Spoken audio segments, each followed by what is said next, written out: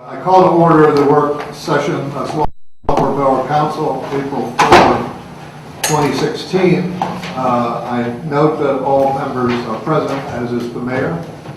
At this point, we welcome comment from any member of the public who wishes to address us. If you do, please come forward, speak into the microphone, and tell us your name and your street address. There being none, as president, I make just an announcement with respect to the follow-up from the Aging in Place report. There's been discussion of the formation of an implementation committee.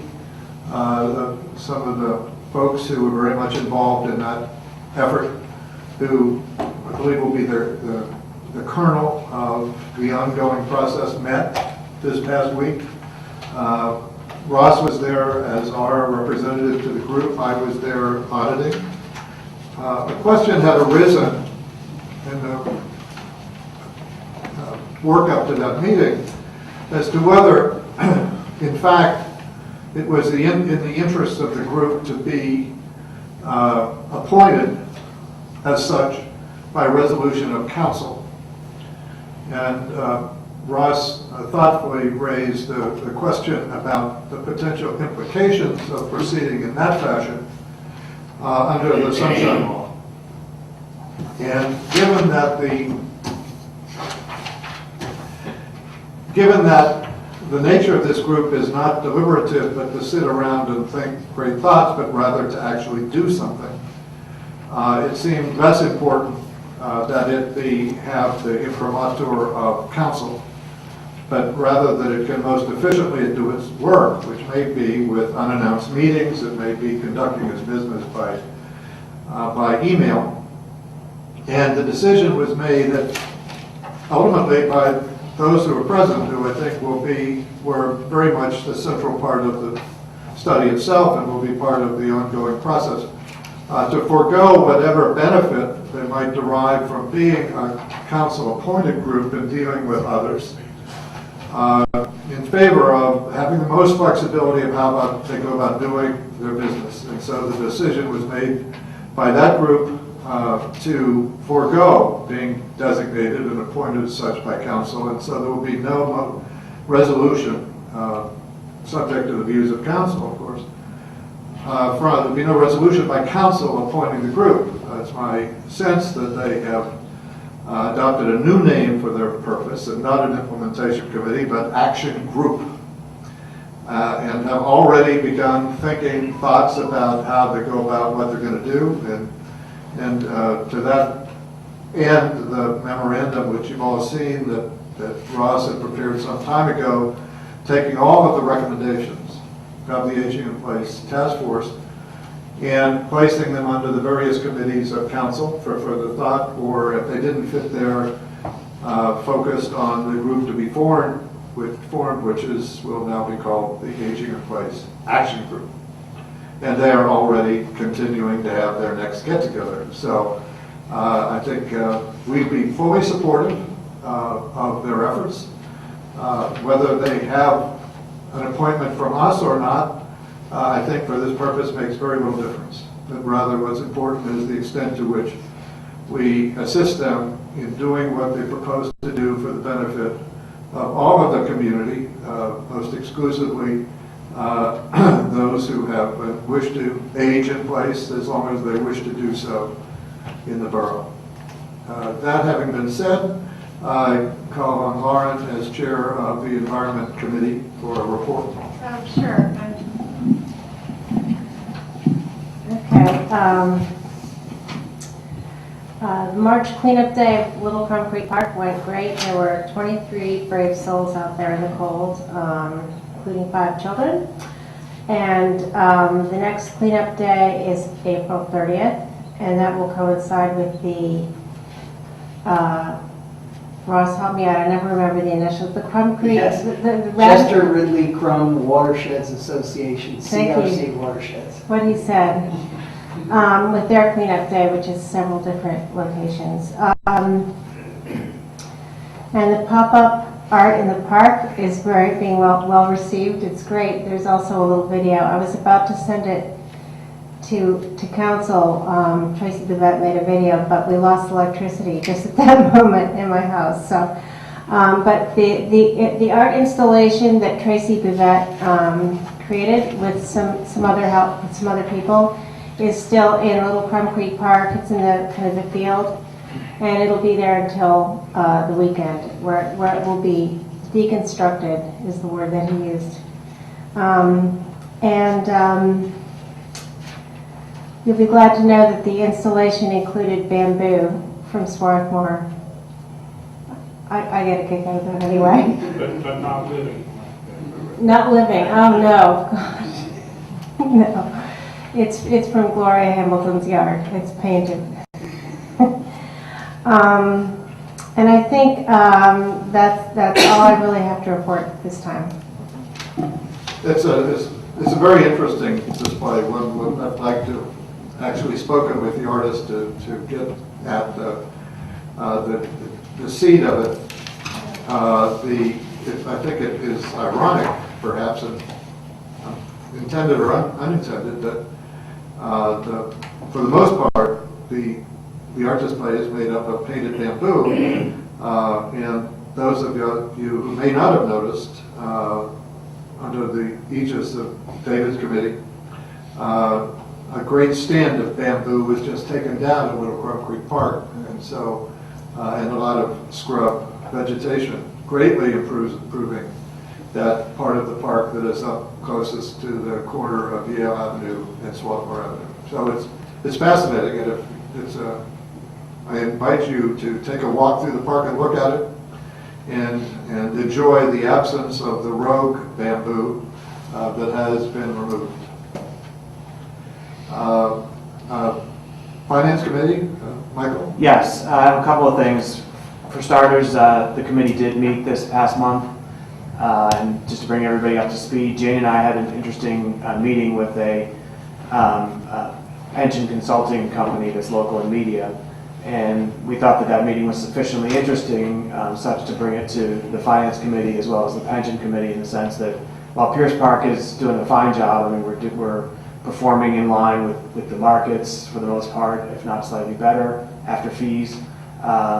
We thought that this particular idea, the process, was sufficiently interesting that we wanted to get everyone's input from both committees, both the Finance and the Pension Committee, and we came to the consensus that this idea was worth considering, and that potentially there's even more other ideas out there, or other firms, such that we want to recommend to advertise for an RFP for a pension fund management. So I guess we'll have a proper thing for next week to... Yeah, what we usually do is we get agreement to, I can distribute the RFP, but usually we get permission to go out pending whatever final approval of the solicitor or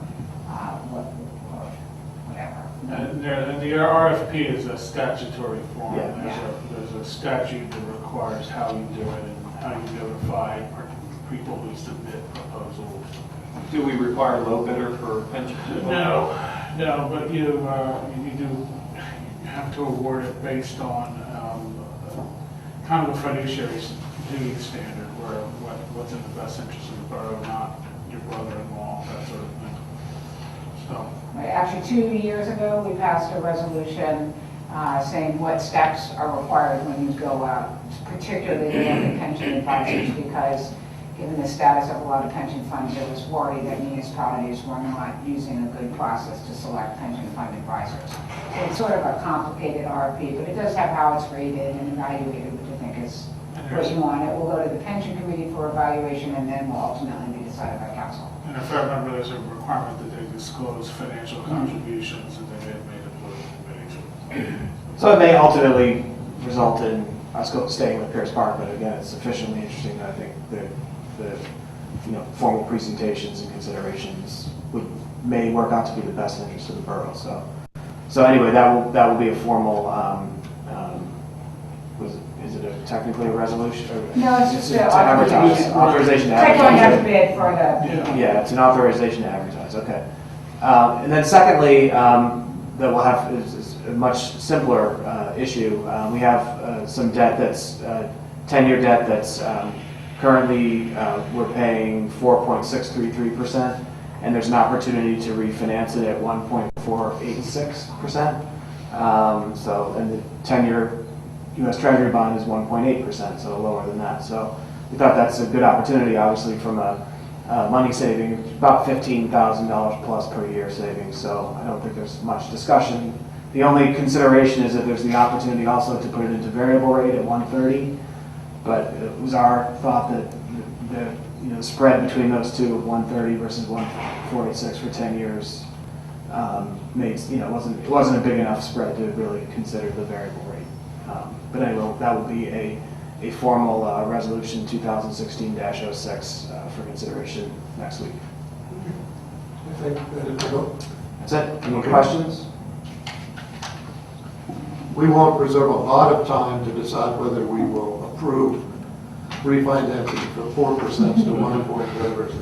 We should be able to get that through that part of the meeting next week. And there's no fee to it. Excellent.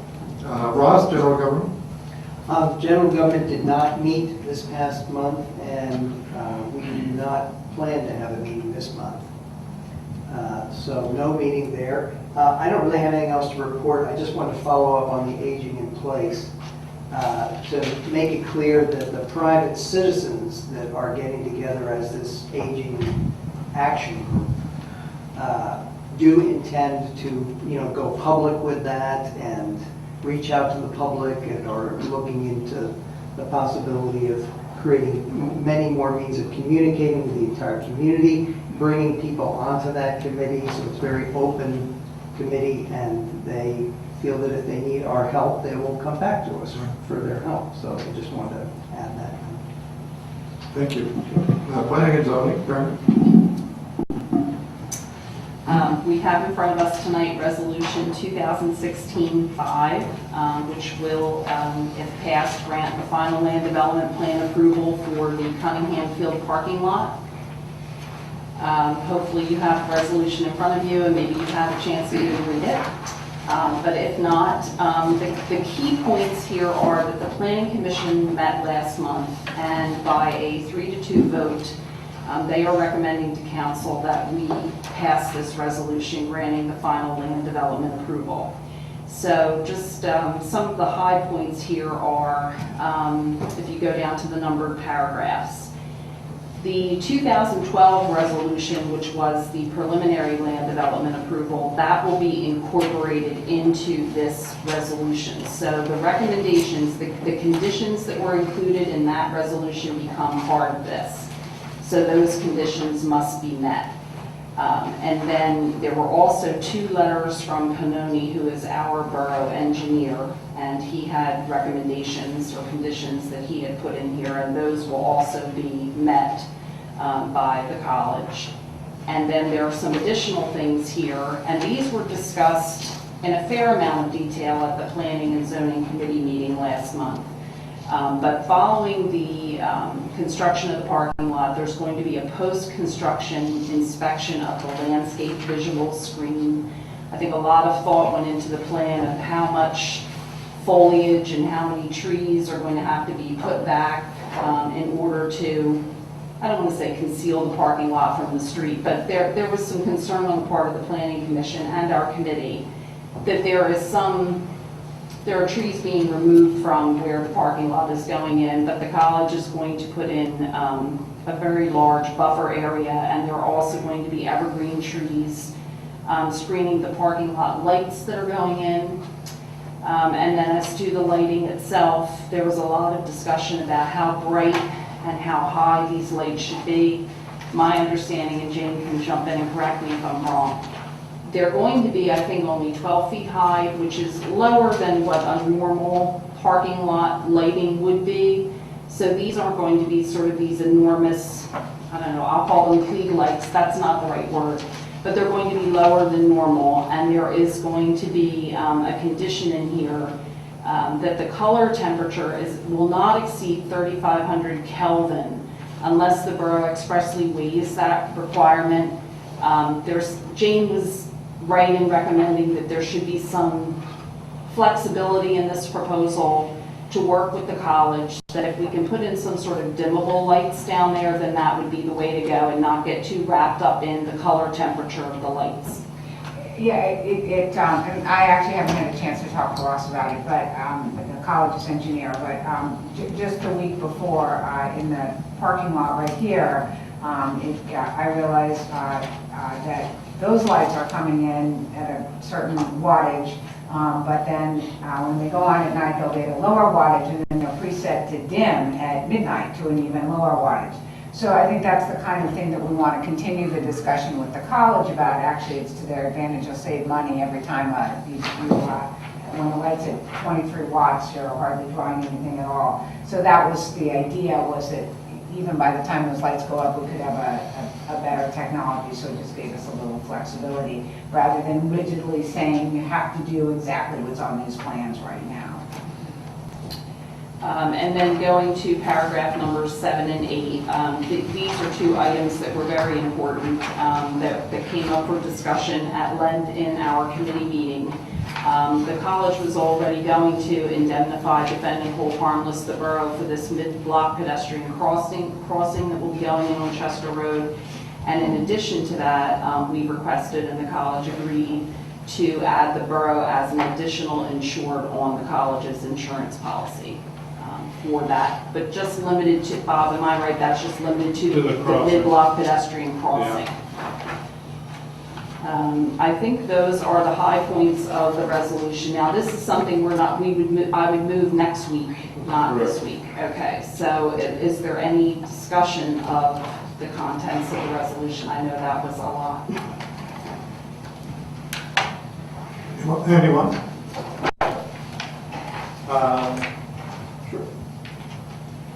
There's a note, and I don't know if we're going to do any questions, or do you need to make a motion? No, we're not having So just as a discussion, Right. so just as a discussion. There's a note that says the college will maintain the asphalt walkway adjacent to the railroad, and to me it strikes you as like one of those quasi-public spaces that everybody kind of says, well, that's SEPTA's and that's the college's, and that part's the Wallingford Swarthmore School District. And in doing that, and none of it's the boroughs, I don't think, or some of it. But in doing that, no one does anything with it. And I don't know if anybody No, walks actually, out there. they actually recently fixed their portion, and the borough actually just did the portion between the college and the underpass, so. And is there any lighting plans for that path? Because it's not lit now, I don't It's the believe. borough's lighting, it's lit. Oh my God, it's lit. Till, It's lit along the SEPTA side, oh, all along there. Maybe not sufficiently, but it is lit. And those are the borough's responsibility, they're on our street lighting circuit. These are lights that are on Myers Avenue Right. that have the effect of also, Right. lighting the path across the railroad. I actually hope that we have a couple of LEDs on there now, and they would be among my choices to make LED now. They're really hard to get to, so when they go out, it's kind of a pain. So we should get some long-lasting LEDs like that. anybody else? I'd like to make a comment. Sure, please. Now's the time. Yes. Being new to the council, and since this was given preliminary approval 2 years ago, I asked some people some questions because I wanted to have a sense of what the downsides and the benefits of this project are, and I educated myself, and I was very pleased to find that there are some benefits to this project. And I'd simply like to state those and see if the council has anything to say about those. But from talking with various interested people, it seems that as a result of the work that the Planning Commission has done and the cooperation of the college is spending substantially more on this parking lot than would normally be the case. I'm very pleased to learn that. So they're making substantial financial efforts to make this better than it normally would be. It fits into our long-term effort to make Swarthmore safer for pedestrians because there's going to be improvement of the safety for pedestrians crossing over back and forth to the field. So that's an improvement. My understanding is there's going to be improvement of the entrance and exit to the SEPTA parking lot. So I see that as a benefit as well. There's the issue that Mary mentioned about indemnity by the college for instance concerning this change to the crosswalk, which is a substantial benefit to the town. And there's been blockage of storm drains in that area, and the college is going to make efforts to open up those storm drains as well. And then finally, this fits with the college's plan to contain student parking to one location, along with their plan to limit parking to approximately 10% of the college enrollment. So when I first saw this presented, I wasn't aware of those benefits. And I do believe there are a lot of people in town who are not even really that aware of this project happening.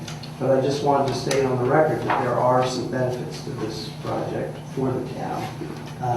The downside is obviously the loss of green space and increased lighting, but there's a mixture of downside and positive on this, and I simply wanted to be on the record too. But that's my view of this. Thank you. Anyone else? I would say that I regretted the fact in 2012 that for all practical purposes, as the zoning code then existed, council could not block this parking lot. Unfortunately, although our zoning code in the interim has been changed such as that this parking lot could not have been built without the permission of council, which at least as one member of council, I would have withheld a vote in favor of it. In my view, no matter how you gussy it up, it's still a parking lot for 166 cars. I find it difficult to believe that the college could not have found a way on its campus to provide spaces for 166 vehicles that would not impose upon the town to the extent that I view this parking lot aesthetically imposing on the town.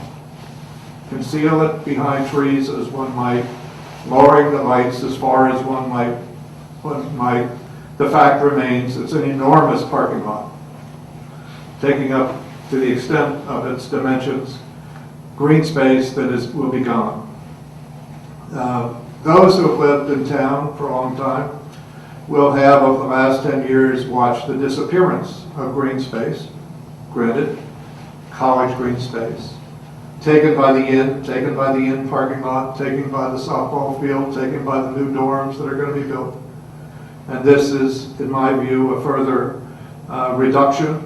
Again, as of now, with respect to this space, we're powerless to do anything about it other than to make sure that our zoning code, to the extent it's applicable, and our stormwater management regulations, to the extent they're applicable, are complied with. So, next week, I will vote for it because I think council has no basis not to vote for it in the circumstances of the zoning code as it existed at the time the application was made. But I think it's unfortunate, and even at this late date, I would urge the college to attempt to re-examine its parking regimen on a campus-wide basis so as to render this parking lot unnecessary. Next we have, under planning and zoning, another item. Yes, thank you. I wanted to, again, do we just make motions next week, or can I? Next week. We're trying to move to the point of having all action items, whatever they may be, take place at a legislative meeting, even if as a matter of law we could do them tonight. Okay. All right, so I just wanted to make everybody aware then that next week I'm going to make a motion to appoint Swarthmore resident Steve Minton to the Planning Commission. Steve has lived here about a year. He's a civil engineer. His wife grew up in the borough. He works at a very high-end builder out in Chester County. He's very interested in being on the Planning Commission, very eager and willing to learn all about it. He actually came to the Planning Commission last month where the parking lot for the college was being discussed, and he is still willing to serve on the Planning Commission.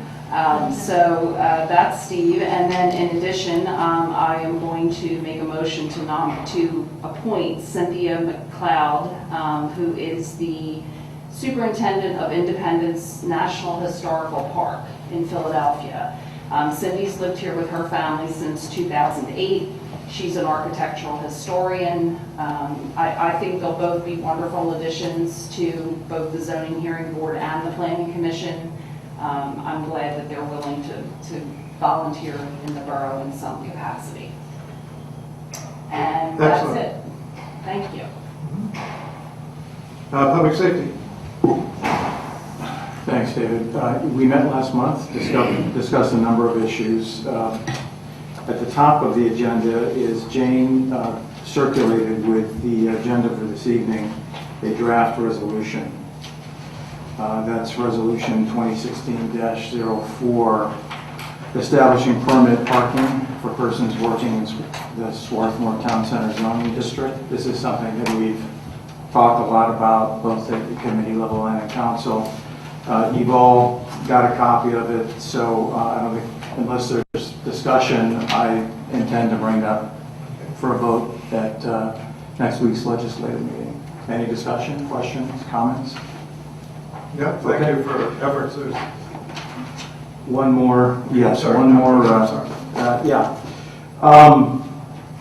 One of the other things we discussed at our committee meeting is the contract between the Borough of Swarthmore and the Borough of Rutledge to provide police services. And we on the Public Safety Committee, it's our sense that we should go ahead and renew that contract for another 3-year period. It expires the end of this year, December 31st, 2016. We have a draft. It was not circulated. I think somebody was going to, there's some language that you were going to discuss with the solicitor. I did review it, but it. Okay, all right, so I'm not gonna, I'll just give you the highlights, and we can circulate a draft at next week's meeting. Not that we necessarily have to vote on it then, but maybe we will. But just the highlights, it would be a 3-year term starting January 1st, 2017. The annual payment that the Borough of Rutledge would make to the Borough of Swarthmore in quarterly installments, but the annual payment would be $91,974 for the first year. It will go up to $94,000 and change for the second year, and $97,500 for the third year. And that, I guess that's sort of the meat of the matter. And that amount of money and those increases track roughly with the amount of service and the increase in cost providing that service that the Swarthmore Police Department has been providing to Rutledge. So I think it kind of all makes sense. When you all have a chance to look at the copy of the contract, we can take it from there. And I'm going to propose that the mayor, Tim Kearney, and myself spearhead the negotiation of this thing with Rutledge Borough, if and when council gives us approval to do so. And our next meeting will be this month, Tuesday, April 19th at 7:30 p.m. here in the council room. Thanks. Thank you. There's a document that we will see governing the police service to Rutledge, yet been seen by Rutledge? No, it is not. Do you think we should act on it before they've even seen it? Just a question. My feeling is yes. Okay. I mean, I think that we should have the authority to initiate negotiations. Obviously, it's going to be a negotiation. Okay. It's not a done deal until they're ready to tango. So, but I think that Tim and I need the authority of council behind us to do that. Fine. Excellent. Thank you. David, Public Works? David, we did not meet last month, so I have nothing to report. We will meet this month. That would be the 28th at 8:30 a.m. right here. Does anybody present have any other business to bring before us this evening? The Finance Committee will not meet this month. Planning and zoning will meet this month. I think it's the 26th, whatever the last Tuesday of the month is. Mayor, anything for us this evening and for the community? Yes, Dave. First, a couple attaboys. The borough has long benefited from Eagle Scout projects, which have occurred in the borough. There's a fairly spectacular one happening right now at the Rutgers Avenue track, where Peter Armour has stripped the track and taken it down a couple inches and re-cindered it, and it's flat and level and a thing of beauty right now. It's really impressive. And in a couple of weeks, you'll start to see Jonathan Cresson, his Eagle Scout project, which is the shed for the Horticulture Society, which will be going up right here in the Central Park project. So later this year, I'm going to invite both those young men and maybe any of the other Eagle Scouts. Actually, we have one more Eagle Scout, Crawford, not this Crawford, another Crawford. She's like, my son's not doing an Eagle Scout project. Doing some sort of project, but I don't think it's an Eagle Scout. And he is actually adding, I think, 6 handicap accessible picnic benches to Little Concrete Park, picnic tables, as well as benches.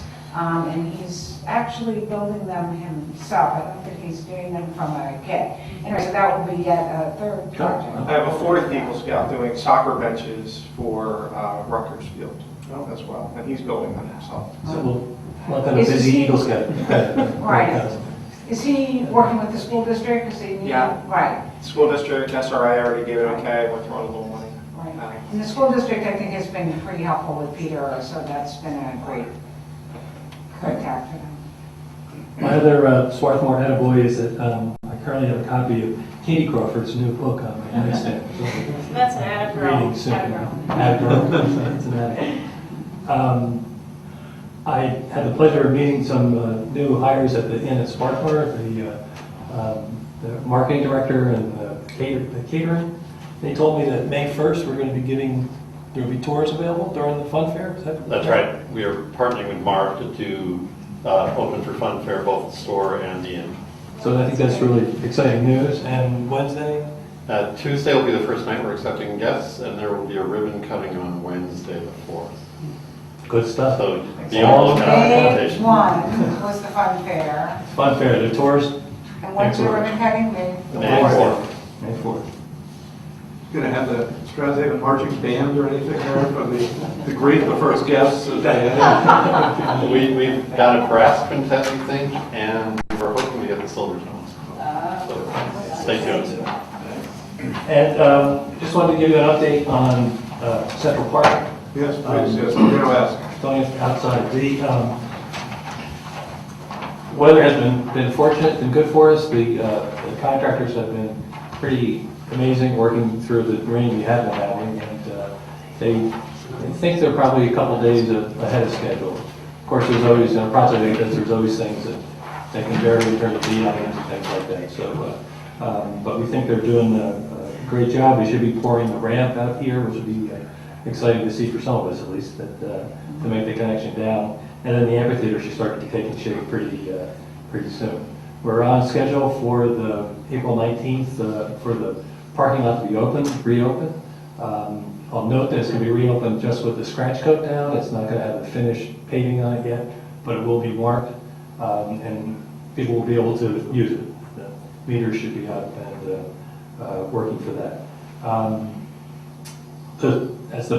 After the parking lot is open, the work will continue with the plaza area. Right now, the rammed earth walls are scheduled to be done the first 2 weeks in May, and keep an eye on the borough website. We'll be actually looking for volunteers from the borough to come and literally ram earth to make our walls. With what? I'm just curious. With earth. With I mean, with a Do a tamper. battery that's what I meant. A tamper. 200 people will be out there. Well, it's I mean, it's one of the oldest sounds building like quite a techniques. scene. It's Yeah. It's going to be quite a scene. Great Wall of China is rammed earth. Lasting a while. Things are progressing real well. We put up a couple of new signs around town where people are asking questions about things like the trees and that kind of stuff. So there's, one of the last things Andrew Bunting did before he left town was select the trees for us that are going in. So we have a couple sugar maples that are going over on the bank side, and a whole lot of crepe myrtles that'll form sort of lines and around the green space. We are actually tonight we just shifted one of the lights so we make an entrance into Borough Hall too as well. So with one of our new acorn lights. So things are going well. We're pleased with the progress. Looking forward. Excellent. It's been fascinating to watch it progress. Do you have to have 2 ginkgo trees, or could you just? I think something about ginkgo trees. I think it's only one ginkgo tree and it's a male. Okay. So it's Okay. 4 ginkgo tree. yes. Any other? Thank you, Tim. That's good. We now again welcome public comment on any subject. Jane? Just as a note, the zoning ordinance that is changing the subdivision and land development to require notification before preliminary rather than final, those often take an extra month because they have to go to the Delaware County Planning Commission, they have to be advertised, so that won't be back on the agenda until May. And in June, the college will be here. They are refinancing, and the borough has to pass a resolution approving the refinancing, and they also have to hold a hearing. So they'll be here at both the work session and then the regular legislative meeting in June. Okay. Bob? Thanks, nothing tonight. Is there a second? Second. All those in favor say aye. Aye. Opposed? We are adjourned. Go out.